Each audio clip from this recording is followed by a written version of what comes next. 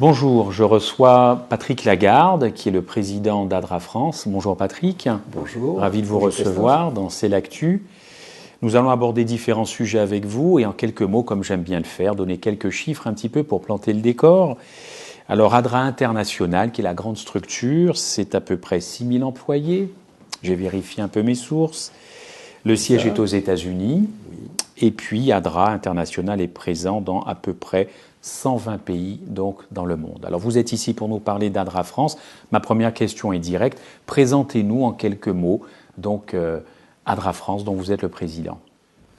ADRA France a connu un fort développement ces dernières années. Aujourd'hui, nous sommes présents dans environ 35-40 antennes locales. Et la somme des dons que nous recevons chaque année avoisine aujourd'hui les 550 000 €. Pour la France. Pour la France. France. On parle pour la France. Et nous avons un employé. Un employé, mais beaucoup de bénévoles, à la fois des jeunes qui sont en service civique, ou des personnes qui viennent bénévolement pour travailler pour ADRA, à la fois au siège et dans les antennes locales. Nous pensons que globalement, avec toutes ces personnes qui sont des donateurs, on doit tourner autour d'environ 1000 donateurs, quelque chose comme ceci, et les bénévoles dans les antennes locales doivent représenter 300 personnes environ. Donc c'est un groupe important de gens qui volontairement viennent donner de l'aide pour le développement de cette activité. D'accord. Alors j'ai lu un petit peu l'ordre de mission d'ADRA consiste à faire connaître le caractère juste, miséricordieux et rempli d'amour de Dieu à travers le service humanitaire. Alors on sait qu'il y a un lien évidemment entre ADRA et l'Église adventiste du 7e jour évidemment, mais comment concilier le fait que ADRA reçoit donc un financement public, comment concilier sur le terrain le fait de recevoir un financement public en étant une ONG tout de même qui est dénominationnelle? Est-ce que c'est un petit peu compliqué sur le terrain à gérer? Oui, c'est une bonne question et c'est un peu compliqué à gérer. C'est vrai que lorsque je vais voir les organismes français donateurs, et nous venons de recevoir très récemment un don, c'est du Conseil général de l'Île-de-France, les questions qui me sont posées, c'est ADRA. Que veut dire ADRA? Et dans ADRA, il y a Adventiste. Et nous sommes fiers de porter ce nom. Et je dis volontiers, c'est vrai que cette organisation a été fondée par des adventistes. Mais si on regarde bien les statuts, dans ces statuts, nous nous interdisons de faire du prosélytisme, pour faire simple. Et ce n'est pas parce que nous nous interdisons de faire du prosélytisme que nous nous interdisons de parler à qui nous demande pourquoi nous faisons ceci. Et nous ne manquons pas de le faire, parce que nous ne voulons pas forcer les gens dans leurs croyances lorsqu'ils sont dans des difficultés financières ou économiques, et ce serait tout à fait inadmissible. Mais en même temps, beaucoup de gens nous disent « mais pourquoi faites-vous ça ?» Et beaucoup de gens se joignent à nous en ce moment, ne sont pas adventistes, mais sont prêts à collaborer avec des gens qui partagent leurs valeurs. Et donc, j'exprime ceci, et je dois dire que bon, nous ne sommes pas toujours bien compris, c'est clair. Parfois, nous faisons nous-mêmes des erreurs. Quand je dis nous, c'est des collaborateurs peuvent faire des erreurs. Mais le positionnement est très clair de ce point de vue-là. D'accord. On peut dire que vous prêchez avec vos mains? Oui, vous avez raison. Et si je devais faire une référence à la Bible, je parlerais bien volontiers de Matthieu 25. Vous vous souvenez, cette parabole de ceux qui ont reconnu, voilà, nous reconnaissons dans les gens qui sont dans la souffrance, nos frères, et d'un certain côté, Jésus lui-même, comme il le fait remarquer. Nous prêchons avec nos mains, cette expression me va très bien. Je vous dis ça parce que je lisais dans une revue un responsable d'ADRA qui disait « Nous ne proclamons pas l'évangile par nos paroles, mais par nos actes. » Voilà. Et nous montrons que Jésus aime les gens et prend soin d'eux. Mais encore pour être plus concret, est-ce qu'effectivement, quand ADRA France, par exemple, démarche des donateurs publics, des institutionnels, bien que vous présentiez effectivement le caractère dénominationnel d'ADRA. Est-ce qu'on vous pose des questions embarrassantes?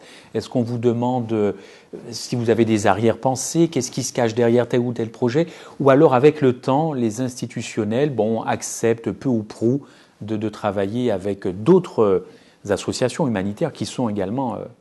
Alors, il y a toujours au départ, quand les gens ne nous connaissent pas, ce type de question qui apparaît, comme adventiste. Mais ils ont, en France par exemple, l'habitude aussi de travailler avec Caritas. Or, Caritas, c'est l'Église catholique. Et donc, je leur pose la question, avez-vous un problème avec Caritas de cette manière-là?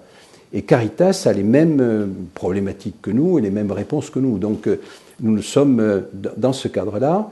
La réponse peut être claire. C'est vrai que c'est à la fois le moyen d'exprimer ce que nous sommes, tout en disant, attendez, cette aide doit être j'allais dire, est diffusée pour tout le monde. Si je prends l'exemple de Caritas, sachez que le réseau ADRA est le deuxième réseau mondial après Caritas. Du fait de son importance et du fait de son implantation géographique. Et ceci est un atout considérable en ce moment. On parlera certainement de Haïti, du Mozambique ou des pays africains. Le fait de pouvoir dire que nous travaillons avec nos partenaires qui s'appellent ADRA et qui sont en Haïti, qui sont dans tous ces pays, que nous sommes là en support de développement est un atout considérable. Nous ne sommes pas là pour faire de l'humanitaire pour l'humanitaire et que cet humanitaire consiste en notre propre survie. Nous sommes là pour permettre deux choses, et le nom de ADRA le dit bien, à la fois de l'humanitaire et du développement. Et nous le faisons avec les locaux. Et ce réseau, sachez-le, est un atout, vraiment un atout. Alors, avant de venir au développement plus spécifiquement, mais il y a quand même une question qui me taraude. Est-ce qu'au fond, les institutionnels ne sont pas ravis ou contents finalement de trouver des associations humanitaires et de développement qui ont quand même une connotation religieuse? Est-ce qu'au fond, les humanitaires ne font pas le boulot, le travail que certains États devraient faire et sont bien contents une fois de plus d'avoir autour de la table aussi des associations humanitaires connotées? Je crois que oui. Je crois que oui, parce qu'un des problèmes majeurs, qui peut exister aujourd'hui, c'est que qui est celui de ces organisations, de ces gouvernements, c'est quelle est l'intention profonde des gens à qui nous allons donner de l'argent et quelle est la manière dont ils vont l'utiliser. Vous savez comme moi qu'un certain nombre d'organisations caritatives en fait dépensent énormément d'argent pour leur propre fonctionnement, leurs frais généraux. Et quand ils ont affaire à des gens qui se réclament de valeurs spirituelles, dans ces valeurs spirituelles, il y a l'honnêteté. Alors on n'est pas à l'abri, évidemment, mais nous montrons à la fois par ce que nous faisons que globalement, les gens qui sont là ont un but autre que celui de gagner de l'argent à titre personnel. Et ça, c'est un atout. Et effectivement, ces entreprises humanitaires, avec des valeurs humaines, donc pour le développement des hommes, pour le secours qu'ils peuvent apporter, sans avoir derrière cet aspect j'essaie de récupérer de l'argent mercantile, est finalement un atout. Même si au départ, on peut dire, attendez, est-ce que vous n'allez pas faire du prosélytisme? Voilà, c'est aussi une question qu'on peut poser, oui. Mais sachez que notre commissaire aux comptes, puisque nous avons un commissaire aux comptes indépendant d'ADRA et indépendant de l'Église adventiste d'ailleurs, qui nous permet qui est là pour vérifier que nous appliquons la loi, et y compris que nous appliquons nos statuts et dans lesquels il est précisé un certain nombre de choses. D'accord. Alors revenons à ce voyage que vous avez effectué il y a peu en Haïti. Ce n'était pas le premier à ma connaissance. Alors concrètement, donnez-nous des nouvelles donc d'ADRA France en Haïti ou d'ADRA Haïti avec ADRA France.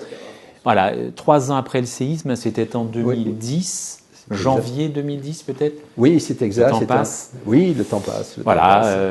3 ans après, quelle est la situation? Alors je crois que vous y êtes vous-même allé en Haïti et vous avez vu. Lorsque j'y suis allé, c'était à peu près il y a environ 2 ans. Je vais dans un pays dévasté, vraiment sans espoir. Et à ce moment-là, nous avons envoyé un peu d'argent, des ressources humaines pour la partie urgence. Mais nous avons commencé à réfléchir à la partie développement. Et donc les sommes qui nous ont été accordées à la fois par ADRA France et par le réseau d'ailleurs international au travers de la Suisse, à travers de ADRA Canada, ADRA International, nous ont permis de rassembler de l'argent pour un projet. Et j'allais dire, l'émotion que j'avais lors de ce dernier voyage, c'est qu'à partir d'un projet qui était dans notre tête il y a 2 ans, je le vois se réaliser. Alors on est à la moitié de la réalisation. Quel est l'objet ? L'objet, c'est de créer une école et un atelier de couture pour des jeunes femmes en difficulté. Nous avons choisi un des endroits les plus pauvres de Petit-Goâve, qui est à environ 70 km de Port-au-Prince. Et là, dans les quartiers les plus défavorisés, nous avons choisi des femmes seules ou avec des enfants, souvent avec des enfants, abandonnées par leur mari, qui n'ont pratiquement rien pour survivre, et à qui nous avons proposé de devenir couturières. Petit-Goâve fut une région de couture et il y a un marché par rapport à ça. Et la joie que j'ai pu avoir, c'est de constater qu'à la moitié d'un programme qui pour nous est important, puisqu'il représente près de 500 000 $, pour lesquels nous avons dépensé à peu près la moitié, eh bien, nous avons une maison, nous avons un atelier, nous avons des machines à coudre, on a des formateurs, et j'ai eu le plaisir de rencontrer le premier groupe de 150 jeunes femmes qui sont à l'école en ce moment de couture, qui vont passer un diplôme, qui vont devenir couturières, à qui on va accorder sous la forme de prêts, voire de dons, des machines à coudre qu'elles vont pouvoir amener chez elles. Tout à fait, pour qu'elles continuent après. Pour qu'elles continuent. Et voilà, j'ai aidé la personne, par souci, oui, de l'idée, on a créé les statuts de la coopérative. Donc on part sur l'idée d'une coopérative qui va avoir les 300 couturières. Et le but, c'est que lorsque nous serons partis, dans 1 an, cet atelier continue. On puisse être autonome, c'est ça. Et puisse être autonome. Le but, c'est qu'il soit autonome. Donc, tout seul, ils ne pouvaient pas faire l'investissement de tout ceci, mais on leur donne les moyens, et après, donc, pour ces femmes, de travailler, de cotiser à la coopérative, voire que la coopérative puisse elle-même leur donner un petit salaire ou des compléments. Donc, voilà où nous en sommes. D'accord. Est-ce qu'on peut dire qu'il n'y a plus d'ONG qui aident en matière d'urgence 3 ans après, ou on fait encore de l'urgence en Haïti ? Alors, on fait encore de l'urgence. C'est un vrai sujet. Alors, juste par exemple, pour ADRA Haïti fait de l'urgence aujourd'hui parce qu'il y a eu le cyclone Sandy. Je pense que vous en avez entendu parler. Oui. Donc, il y a une action dite post-Sandy. Mais c'est une action assez courte dans le temps, qui est en cours en ce moment, qui va durer 3 mois. Et cette action d'urgence, à la suite d'un cyclone, doit être faite, mais ne doit pas avoir un caractère permanent. Le permanent, c'est cet atelier de couture, c'est une coopérative de pêcheurs également, qui est dans le même coin. Et d'ailleurs, ces 2 formations, ces 2 créations de coopératives s'inscrivent dans un plan complet du gouvernement haïtien et que ADRA Haïti réalise. Parce que, pour bien vous décrire le projet, en fait, nous avons envoyé au titre d'ADRA France 1 ou 2 expatriés. Et encore, les expatriés, c'est une jeune fille en service civique, donc d'origine haïtienne d'ailleurs, qui se retrouve là-bas dans son propre pays, au niveau de ses origines, et donc parfaitement intégrée. Mais le personnel est un personnel d'ADRA Haïti, local, dont l'objectif est de perdurer dans le temps lorsque nous aurons fini, et donc nous apportons les finances. Mais ADRA France, par exemple, n'est pas répertorié en Haïti. Nous travaillons sous couvert de ADRA Haïti. Et donc je crois que, et en collaboration avec ADRA Haïti, j'en discutais avec le responsable d'ADRA Haïti, M. Bisseret, l'idée est vraiment de former les gens d'ADRA Haïti pour qu'eux-mêmes prennent au maximum de l'autonomie. Voilà, parce que souvent c'est le reproche qui est fait aux ONG, je ne sais pas si on fait aussi ce reproche à ADRA, un manque de discernement sur le terrain. Souvent les autochtones, on a l'impression que les ONG viennent aider, évidemment, en cas d'urgence, mais qu'après, on ne sait plus trop qu'est-ce qu'elles font, et elles ne donnent pas les moyens pour que, effectivement, les autochtones puissent se développer. C'est pas dans cet état d'esprit qu'ADRA agit, en tout cas. Vous donnez les moyens, si j'ai bien compris, ensuite que les personnes se débrouillent par elles-mêmes. Je crois que le projet Couture est vraiment dans cet exemple. Lorsqu'on avait fait dans l'urgence les abris provisoires, c'est pas ADRA, même pas ADRA Haïti qui a construit les abris. Nous avons donné et nous avons payé les bénéficiaires pour qu'ils construisent eux-mêmes leur abri. Et donc du coup, alors on leur a amené le matériau, évidemment. Donc on leur a amené le matériau gratuitement, on les a payés pour construire, on les a formés pour construire, et ils ont construit leur maison. Alors un abri provisoire, c'est 18 mètres carrés, c'est 4 murs en toit, 2 fenêtres et une porte. Mais vous les avez vus certainement, mais c'est eux-mêmes qui l'ont fait. Et il faut impérativement les laisser agir. Et en discutant avec ADRA Haïti, je me suis rendu compte, par exemple, qu'une aide humanitaire avec des quantités énormes de riz qui sont envoyés ou qui seraient envoyés en Haïti constitue une véritable catastrophe. On tue l'économie locale avec ça. De la même manière que, peut-être ça vous surprendra, mais envoyer des containers de vêtements est une hérésie. Je préfère que les personnes qui donnent, mais très généreusement et du fond du cœur, ces vêtements, qu'ils donnent de l'argent. Alors évidemment, c'est peut-être plus difficile, mais connaître des couturières à faire les vêtements localement. Ça part d'un bon sentiment, mais en fin de compte, c'est un peu perverti. Ah, c'est pervers. C'est pervers, d'accord. C'est pervers, et on se rend compte que c'est pervers. Et je pense que les ONG, aujourd'hui en Haïti, par exemple, très peu ont su faire la conversion de la partie urgence dans la partie développement. Ce sont deux métiers différents. L'urgence, quand il n'y a rien sur place, que le pays est totalement désorganisé, il faut que les ONG viennent, s'investissent, décident. Parce que si elles ne sont pas là pour décider, ça ne va pas. Mais si elles continuent dans un développement, ça peut devenir catastrophique. Alors est-ce que vous diriez par exemple que parfois, peut-être pas tout le temps, l'humanitaire, j'avais noté, maintient une espèce de sous-développement ? Est-ce que c'est un piège ? Est-ce que ça peut arriver ? Oui, je crois vraiment que c'est un piège. Alors, oui, ça peut être un piège. Si on arrive en tant qu'humanitaire avec une volonté, on a des compétences, on a de l'argent, et donc finalement dépenser cet argent et faire des projets constitue l'essentiel de sa propre existence, ça devient un piège. Parce qu'on oublie d'écouter les besoins locaux. Et je pense que c'est un avantage énorme que possède ADRA et dans son réseau, pas uniquement ADRA France, mais ADRA dans son réseau, c'est que nous travaillons avec ADRA, qui est évidemment constitué à 100% d'Haïtiens, qui sont sur place, qui connaissent les besoins et qui savent orienter les besoins. Et je le vois dans ce projet, y compris de couture, même si nous l'avons pensé à un moment donné, mais je l'ai pensé parce qu'avec nos amis de ADRA Haïti, il y a 2 ans, je suis allé voir des ateliers de couture qui existent, comme je suis allé voir des ateliers de pêche qui existaient, c'est l'ADRA suisse qui fait ça, et donc on a fait un copier-coller de choses que l'on a vues et qui marchaient dans le pays. Donc ce n'est pas une invention. Mais je peux vous dire aussi que j'ai vu des ONG qui avaient donné des très gros bateaux à Petit Goâve avec des gros moteurs et qui pourrissaient gentiment dans un coin.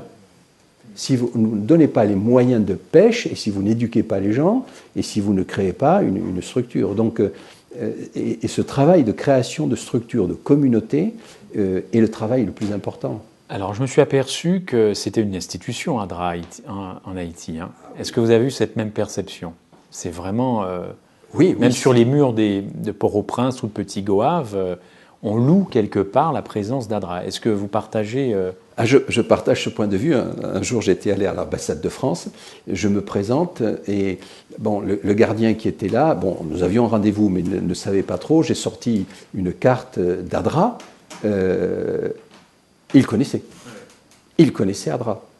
Et donc, oui, c'est vrai, je crois que les actions sont reconnues. Et au travers de l'État, ce que je vous disais, par exemple, ces 2 projets, couture et pêche, sont inscrits, enfin font partie d'un développement global de l'éducation que souhaite le gouvernement haïtien.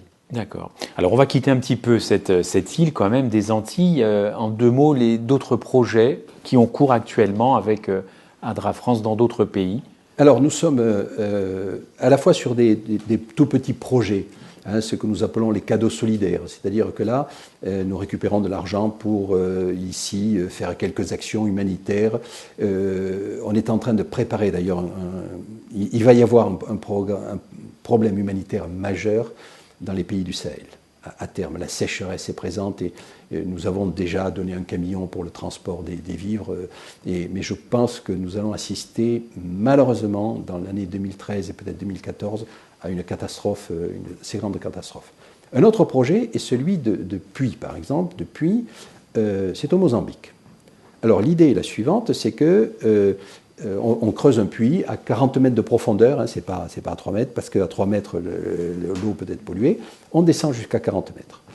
Creuser un puits coûte l'installer, la pompe qui va avec, très simple, manuelle, le béton qui va autour, ça se fait en 2 jours. Et ça coûte, allez, 5 000 €. Mais le projet va constituer un 15 puits. Le problème, c'est pas creuser. Parce que ADRA Mozambique a déjà creusé 500 ou 600 puits. On imagine, oui. Donc, grâce au travail de ADRA Mozambique, qui lui-même a des machines de forage, le gros sujet, c'est comment éduquer la population à recevoir un puits. Le veut-elle? Est-ce qu'elle est prête à se regrouper pour avoir un comité de gestion de l'eau? Est-ce qu'elle est prête, comment l'éduquer à vendre cette eau? Les gens n'ont pas l'habitude de ça. Alors à des prix dérisoires, mais juste pour que cet argent puisse servir à faire les réparations qu'eux-mêmes peuvent faire, parce que les pompes ont été normalisées. Et ça, ce travail de constitution de la communauté et de constitution de cette communauté de l'eau, de gestion de l'eau, lui demande 6 mois. Avec la visite de gens du Mozambique, d'ADRA Mozambique, qui vont commencer à parler, qui vont réunir les responsables. Comment nommer les responsables? Il en faut. Mais si, vu de l'extérieur, moi j'allais au Mozambique en disant, attendez, je nomme un tel responsable, pourquoi? Parce qu'il a dit... Enfin, nous sommes sûrs d'aller à l'échec, et que ce puits, une fois creusé, ne servira plus, s'ensablera, et finalement sera plus un objet de discorde que d'autres choses. En gros, si j'ai bien compris, c'est toujours une difficulté pour les ONG, et peut-être pour ADRA, de faire le distinguo entre l'aide et l'assistanat. C'est bien ça? À chaque fois, c'est une réflexion que j'imagine vous devez avoir, parce que sinon, c'est encore une fois, on rate le but. Toujours, absolument. Et comment...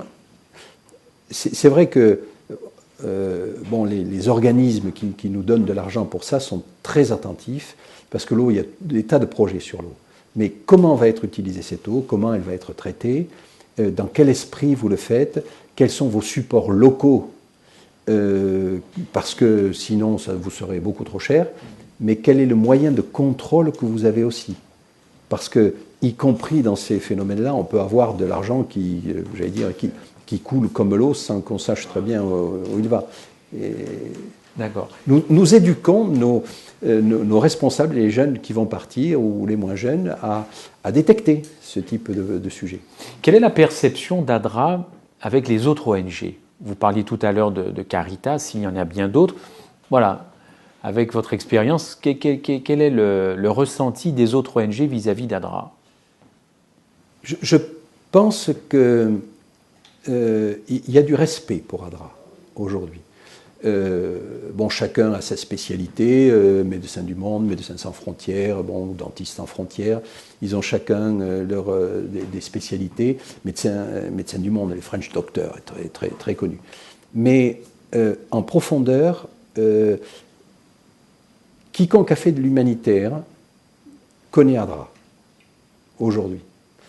Je peux vous dire que dans un pays, je crois que c'était pas très loin de l'Afrique du Sud, une ONG qui s'appelle Développement International, je retrouverai le nom exact, avait un certain nombre de projets en parallèle avec ADRA dans ce pays.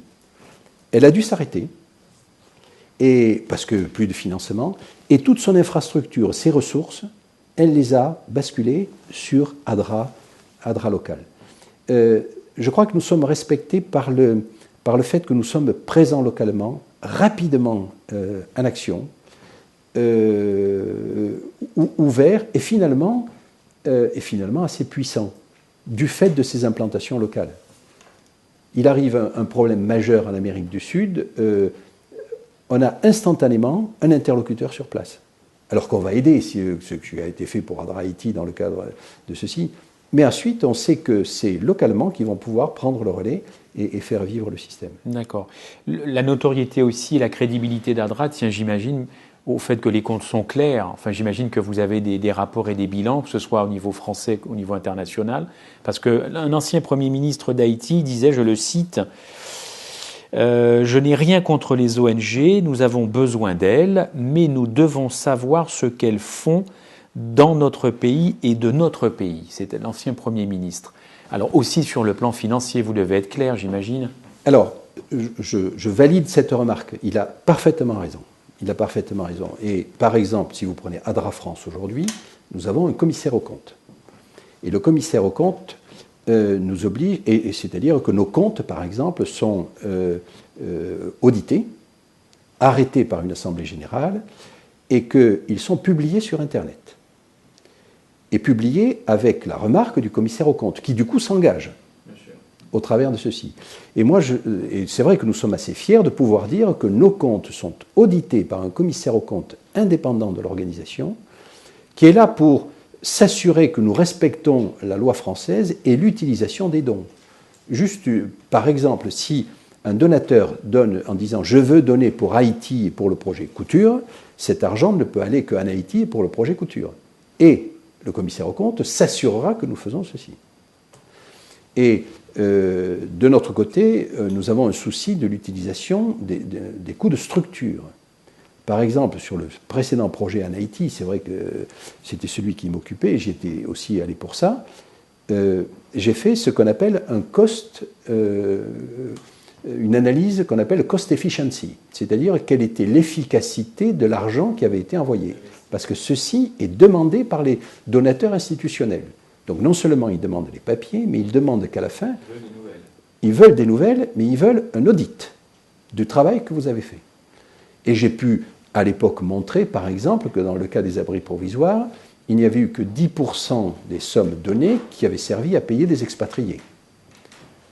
50% c'était de l'achat de matériel qui avait été donné, et le reste c'était des salaires payés aux Haïtiens pour construire leur propre maison ou pour organiser.